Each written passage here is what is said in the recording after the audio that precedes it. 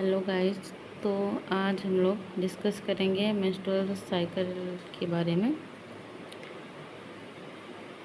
आइए देखते हैं। उससे पहले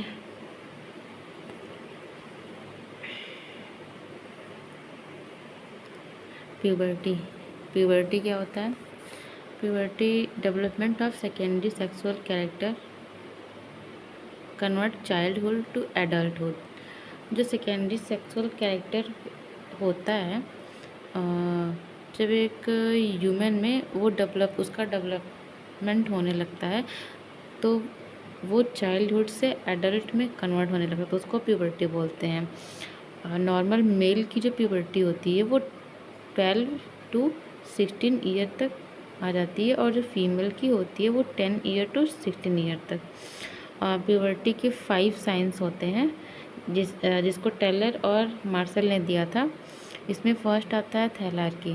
थैलार्की मतलब जो ब्रेस्ट का डेवलपमेंट होता है उसको थैलार्की बोलते हैं। सेकेंड साइन आता है एडिनार्की। तो एडिनार्की में आ जाएगा जो एक्जिला जो होता है उस पर जब हेयर का ग्रोथ होने लगता है, डेवलपमेंट होने लगता है, तो वो एडिनार्की कहलाता है। प्यूबार्की जो थर्ड साइन होता है प्यूबार्की होता है। इसमें क्या होता है, जो प्यूबिक हेयर होता है, जो मॉन्स प्यूबिक वाला एरिया होता है, उसमें हेयर का ग्रोथ होने लगता है, तो प्यूबार्की कहलाएगा। और जो फोर्थ साइन होता है उसमें फंडल हाइट का इंक्रीजमेंट होने लगता है फीमेल में। मेल में क्या होता है कि उनकी हाइट में उनका जो हाइट होता है वो इंक्रीज होने लगता है। और फिफ्थ जो लास्ट साइन है मेनार्की, उसमें फर्स्ट मेंस्ट्रुअल साइकिल जो होता है वो स्टार्ट हो जाता है। जो प्यूबर्टी होती है वो 2 टाइप की होती है, प्रिस्कोसिस प्यूबर्टी और डिलेड प्यूबर्टी। प्रिस्कोसिस प्यूबर्टी इसका मतलब ये होता है कि जो सेकेंडरी सेक्सुअल कैरेक्टरिस्टिक्स है, जैसे कि ब्रेस्ट का डेवलपमेंट, एक्जिलरी हेयर का डेवलपमेंट, ये जब 10 ईयर से पहले अगर ग्रोथ इनका डेवलपमेंट होने लगता है तो वो प्रिस्क्यूबियस प्यूबर्टी में आ जाएगा। मतलब कि प्यूबर्टी एज के आने से पहले अगर सेकेंडरी सेक्सुअल कैरेक्टरिस्टिक्स का डेवलपमेंट हो रहा तो मतलब वो प्रिस्क्यूसिस प्यूबर्टी में आ जाएगा। डिलेड का मतलब यहाँ पे हो जाएगा अगर सेकेंडरी सेक्सुअल कैरेक्टरिस्टिक जैसे कि ब्रेस्ट का डेवलपमेंट और एक्जिलरी हेयर का जो ग्रोथ है वो अगर 16 ईयर के बाद अगर वो हो रहा है तो वो डिलेड प्यूबर्टी में आ जाएगा। नेक्स्ट देखते हैं मेंस्ट्रुअल साइकिल। इसको डिटेल में डिस्कस करते हैं। इसमें क्या होता है, एक इम्पॉर्टेंट पॉइंट है इसमें, जो पीनल जो ग्लैंड होता है वो एक मेलाटोनिन नाम का जो हार्मोन है वो सीक्रेट करता रहता है, उसका जो वर्क होता है वो एफएसएच और एलएच का जो लेवल होता है फीमेल में उसको जो है वो इनहिबिट करके रखता है, रोक के रखता है, जिसकी वजह से जो मेंस्ट्रुअल साइकिल है वो प्यूबर्टी के पहले नहीं आती है। देखते हैं। जो मेंस्ट्रुअल साइकिल होता है वो एवरी 28 प्लस माइनस 4 डेज पे वो रिपीट होता रहता है।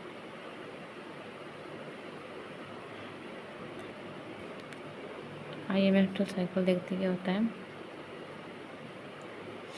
जो मेंस्ट्रुअल साइकिल होता है एक साइक्लिक फिजियोलॉजिकल यूट्राइन चेंजेस होती है। इसमें क्या होता है कि जो यूट्रस की जो इनर लेयर होती है एंडोमेट्रियम, यूट्रस की जो इनर लेयर एंडोमेट्रियम होती है वो जो है वो सेट ऑफ होने लगती है। उसमें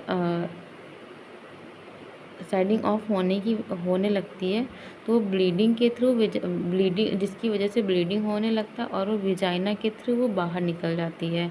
और उसमें जो होता है हार्मोन्स का, मेनली हार्मोन्स का रोल होता है, तो उसको मेंस्ट्रुअल साइकिल बोलते हैं। और इसमें हाइपोथैलेमस, पिट्यूटरी और ओवरी इनका इन्वॉल्वमेंट होता है।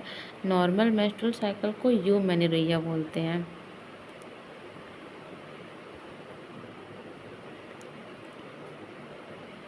क्या होता है HPO, ये शॉर्ट फॉर्म है। H मीन्स हो जाएगा hypothalamus, P means pituitary gland और O इज़ ओवरी। मतलब हाइपोथैलेमस से जो है वो गोनाडोट्रोपिन रिलीजिंग नाम का हार्मोन जो है वो सीक्रेट होगा, GnRH जिसको शॉर्ट फॉर्म में बोलते हैं, वो जाके पिट्यूटरी ग्लैंड पे पिट्यूटरी ग्लैंड पे वो जाके अफेक्ट करेगा।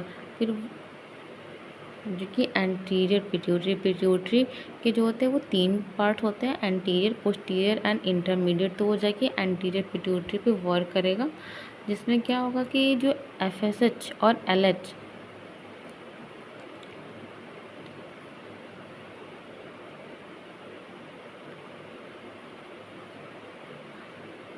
ये जाके ओवरी पे एक्ट करेंगे। और जब ओवरी पे FSH और LH का जब एक्शन ओवरी पे होगा तो जो ओवरी है वो एस्ट्रोजन और प्रोजेस्टेरोन 2 हार्मोन सीक्रेट करेगी। और गाइस एंटीरियर पिट्यूटरी से और बहुत सारे हार्मोन्स रिलीज होते हैं, जिसको मैंने यहाँ मेंशन कर रखा है। जैसे FSH हो गया, LH हो गया, ACTH हो गया, GH हो गया, प्रोलैक्टिन हो गया, MSH हो गया, मेलानोसाइट स्टिमुलेटिंग हार्मोन। आगे देखते क्या क्या क्राइटेरिया होती है नॉर्मल मेंस्ट्रुअल साइकिल की। तो इसमें क्या होता है, हाइपोथैलेमस, पिट्यूटरी और ओवरी ये जो है इसको कोऑर्डिनेट करते हैं। और दूसरा इसमें ये जो एंडोमेट्रियम की जो वॉल होती है वो रिस्पॉन्सिव होती है ओवेरियन हॉर्मोन्स के प्रेजेंस में। और थर्ड क्राइटेरिया इसका हो जाएगा कि जो normal outflow track must be normal. जो आउटफ्लो होता है वेजाइना के थ्रू जो ब्लीडिंग होती है वो पेटेंट होती है, नॉर्मल होती है, होनी चाहिए। नॉर्मल मेंस्ट्रुअल साइकिल को यूमेनिरुइया बोलते हैं।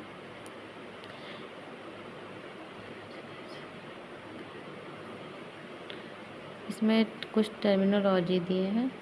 इसमें जैसे वेजाइनल एजेनेसिस का मतलब होता है लैक ऑफ ओपनिंग एंड एट्रेशिया, जिसको लैक ऑफ डेवलपमेंट बोलते हैं।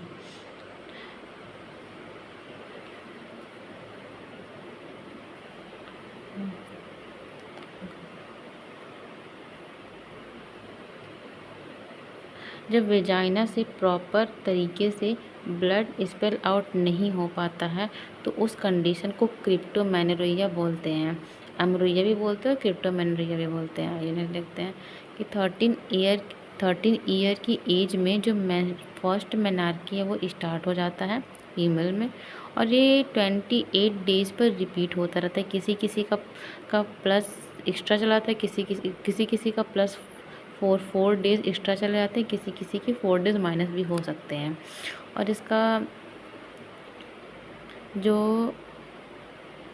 और इसमें जो है 1 ईयर में 13 मेंस्ट्रुअल साइकिल होते हैं और 15 to 45 15 साल से लेके 45 साल तक ये जो है होते रहते हैं, जिनमें कॉन्टिन्यूस 30 ईयर्स तक मेंस्ट्रुअल साइकिल आता रहता है। और इसमें तो पूरे होल लाइफ में जो होता है, पूरे होल लाइफ में 400 mc एक फीमेल की होती है, जिसमें जो है वो ब्लड लॉस 20 to 80 ml तक ब्लड लॉस होता है। और एवरेज में 35 का जो रिप्रोडक्टिव एज होता है, रिप्रोडक्शन का जो सही एज होता है वो 30 ईयर से लेकर 45 ईयर तक होता है। नेक्स्ट देखते हैं ठीक है।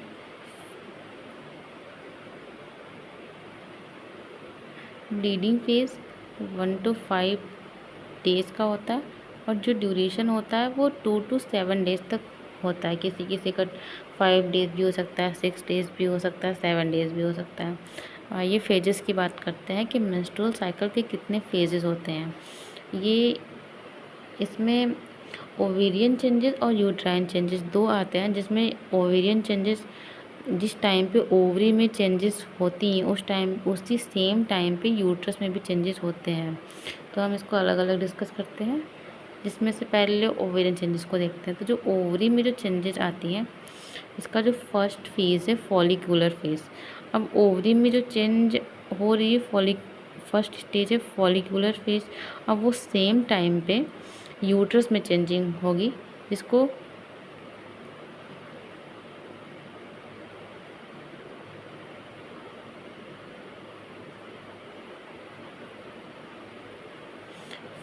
पहले फॉलिकुलर फेज डिस्कस करते हैं। फॉलिकुलर फेज इसमें ये 14 डेज पे होता है। इसमें क्या होते हैं कि जो फॉलिकल्स होते हैं फर्स्ट ऑफ ऑल एक जो फीमेल फीटस होती है 20 वीक्स की जो फीटस होता है उसमें 7 मिलियन फॉलिकल्स प्रेजेंट होते हैं। बर्थ के टाइम पे 2 मिलियन फॉलिकल्स रह जाते हैं और प्यूबर्टी के टाइम पे 4 लाख फॉलिकल्स रह जाते हैं और मेनोपॉज के टाइम पे लेस दैन 10,000 फॉलिकल्स रह जाते हैं।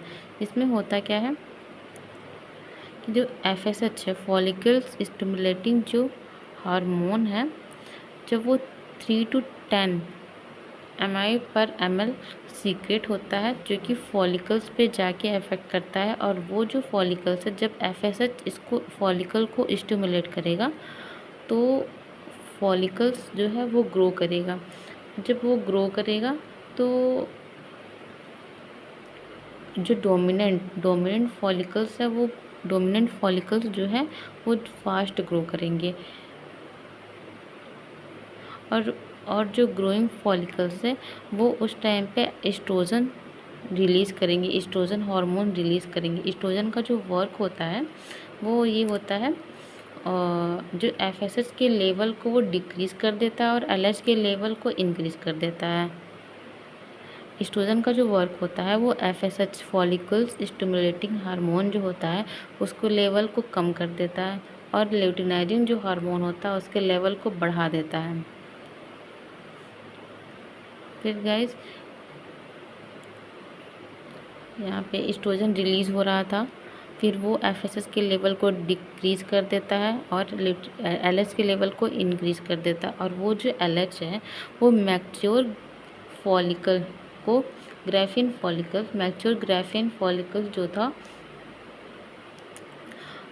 वो जब LH का लेवल इंक्रीज होगा, ल्यूटिनाइजिंग हार्मोन का लेवल इंक्रीज होगा तो जो मैच्योर ग्राफिन फॉलिकल्स हैं वो जो होंगे वो रैप्चर हो जाएंगे और जब वो रैप्चर होंगे, रैप्चर मतलब वो टूटेगा, जब वो टूटेगा, जब वो ग्राफिन फॉलिकल जब वो टूटेगी तो उस फेज उसमें उसको ओव्यूलेशन बोलेंगे और उससे रिलीज होगा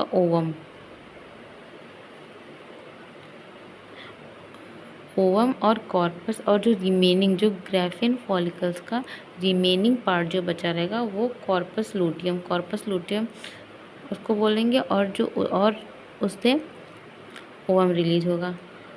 नेक्स्ट फेज देखते हैं जिसको लूटियल फेज बोलते हैं। कॉर्पस लूटियम यहाँ से रिलीज हुआ, अब यहाँ से इसको लूटियल फेज बोलते हैं जो कि 15 to 28 डेज का होता है। इसमें क्या होता है जो कॉर्पस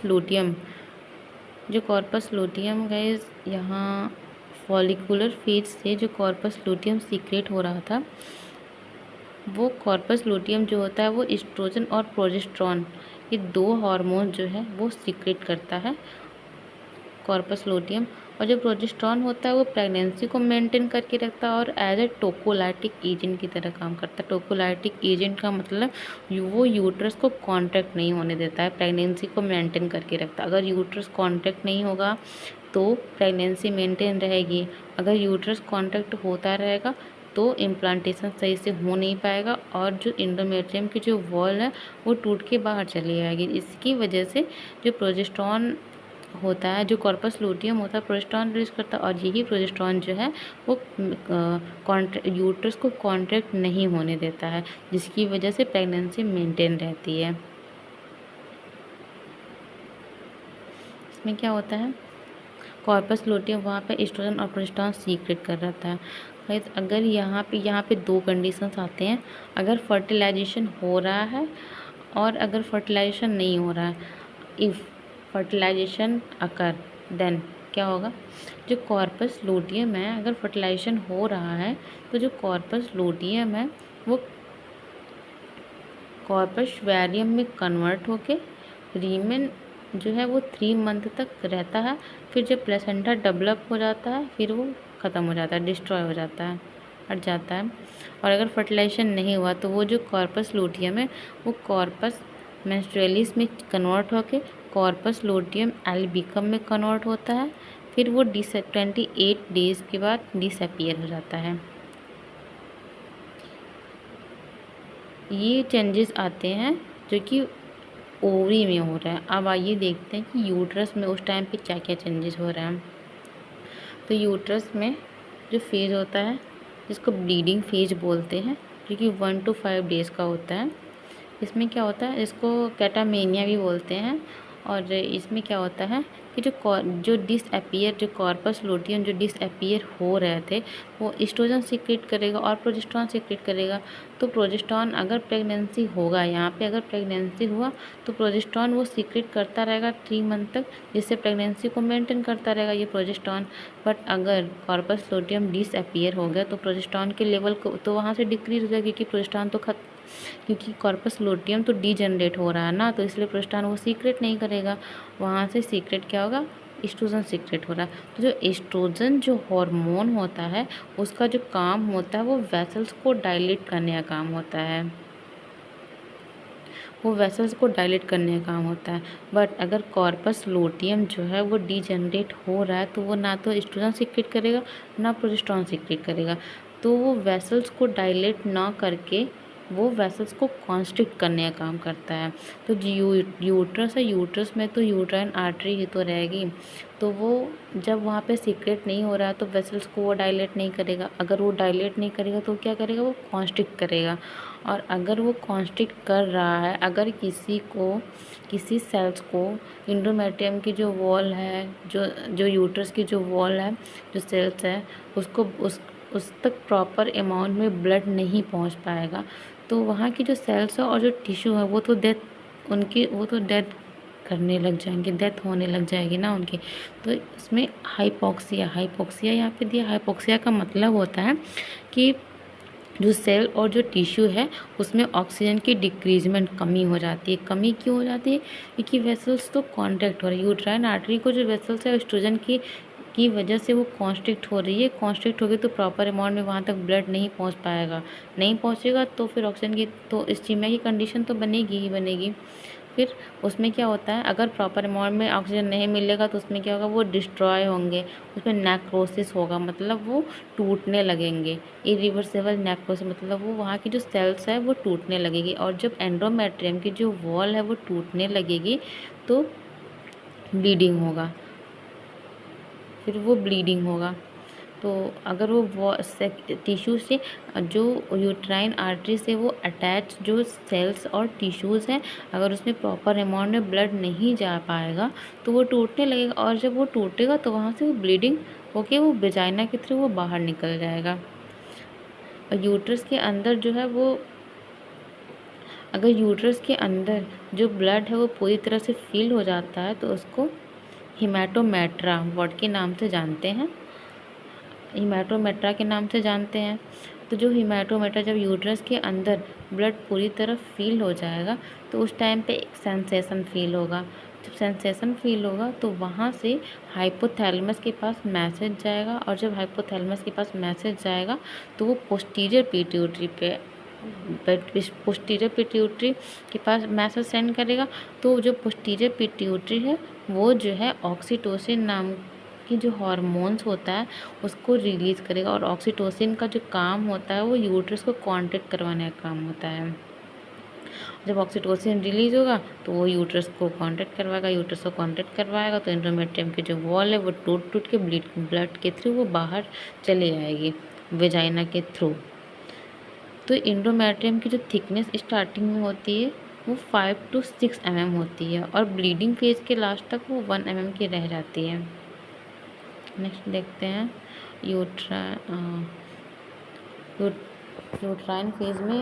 यूट्राइन फेज का सेकेंड फेज जो है प्रोलिफरेटिव फेज है, जो कि 6 to 14 डेज का होता है। इसमें क्या होता है कि एस्ट्रोजन का लेवल एस्ट्रोजन का लेवल इंक्रीज हो रहा, तो फॉलिक्यूलर जिस टाइम पे ओवरी में फॉलिक्यूलर फेज चल रहा होता है, सेम उसी टाइम पे यूट्रस में प्रोलिफरेटिव फेज चल रहा होता है। तो वहाँ पे तो एस्ट्रोजन का लेवल इंक्रीज हो रहा था। इंक्रीज किस लिए हो रहा था, क्योंकि ग्राफियन फॉलिकल्स मैच्योर हो रहे थे, कि यहाँ पे ग्राफियन फॉलिकल्स जो है वो मैच्योर हो रहे थे। तो वहाँ से प्रोजेस्टेरॉन और एस्ट्रोजन का सिक्रेशन हो रहा था। तो वो सेम टाइम पे जो है वो ये यूट्रस में भी चेंजिंग हो गए, तो इसलिए यहाँ पे एस्ट्रोजन का लेवल इंक्रीज़ है। तो एस्ट्रोजन का लेवल इंक्रीज़ होगा तो वहाँ से हाइपरप्लेसिया का मतलब होता है जो सेल्स के जो नंबर होते हैं वो बढ़ेंगे। अगर एस्ट्रोजन का लेवल इंक्रीज़ होगा तो वो वैसो डायलेशन का काम करेगा। वैसो डायलेशन, वेसल्स डायलेट होंगे तो प्रॉपर अमाउंट में और सेल्स को और टिश्यू को ब्लड मिल पाएगा, ऑक्सीजन मिल पाएगा। तो इसकी वजह से वो सेल्स के नंबर इंक्रीज़ हो जाएंगे। फिर जो एंडोमेट्रियम की जो थिकनेस है वो धीरे धीरे इंक्रीज़ होने लग जाएगी। तो एटलीस्ट उसकी थिकनेस 2 to 3 mm तक हो जाएगी। फिर आता है सेक्रेटरी फेज या फिर प्री पैराट्री फेज।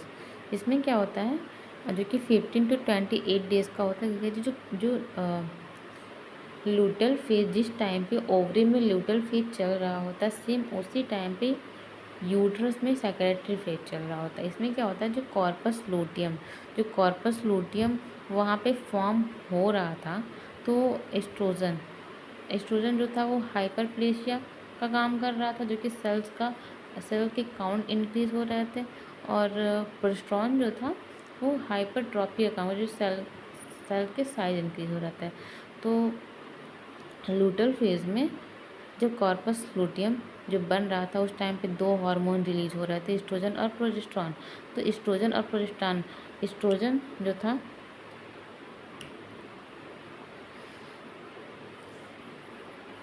एस्ट्रोजन का काम क्या है, वैसो डायलेशन का काम। तो वो ओवरी से जो कॉर्पस लूटियम, जो ग्राफिन फॉलिकल के रैप्चर होने के बाद जो कॉर्पस लूटियम ओवरी से रिलीज़ हो रहे थे, वो एस्ट्रोजन और प्रोजेस्टेरॉन सीक्रेट कर रहे थे। और वही एस्ट्रोजन जो है वो यूट्रस पे वर्क करेगा वैसो डायलेशन का। जब वेसल्स डायलेट होंगे पूरी तरह से, तो उसमें वो सेल्स के नंबर को बढ़ाएंगे, जिसको हाइपरप्लेसिया के नाम से जानते हैं। और जो प्रोजेस्टेरॉन है उसका क्या फंक्शन होता है, उसका क्या वर्क होता है यूट्रस पे, वो हाइपरट्रॉफी मतलब जो सेल्स का जो साइज है उसको बढ़ा देगा। तो जिसकी वजह से एंडोमेट्रियम की जो थिकनेस होती है वो बढ़ जाती है 5 to 6 mm तक। तो गाइस इसमें है जिस टाइम पे यूट्रस में और ओवरी में जो चेंजेस आ रहे हैं, जिस टाइम पे ओवरी में जो चेंजेस आ रहे हैं, सेम उसी टाइम पे यूट्रस पे भी चेंजेस हो रहे हैं। जैसे कि फॉलिक्यूलर फेज था, फॉलिक्यूलर फेज में जिस तरह जब फॉलिक्यूलर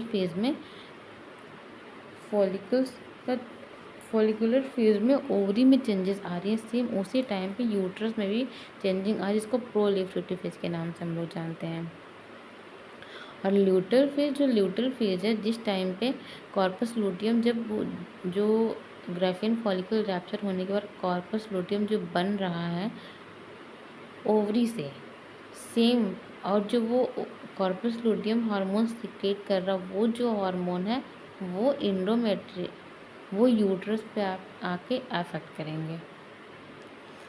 क्यों गाइस, नेक्स्ट क्लास में इसकी एबनॉर्मेलिटी के बारे में पढ़ेंगे। Thank you guys.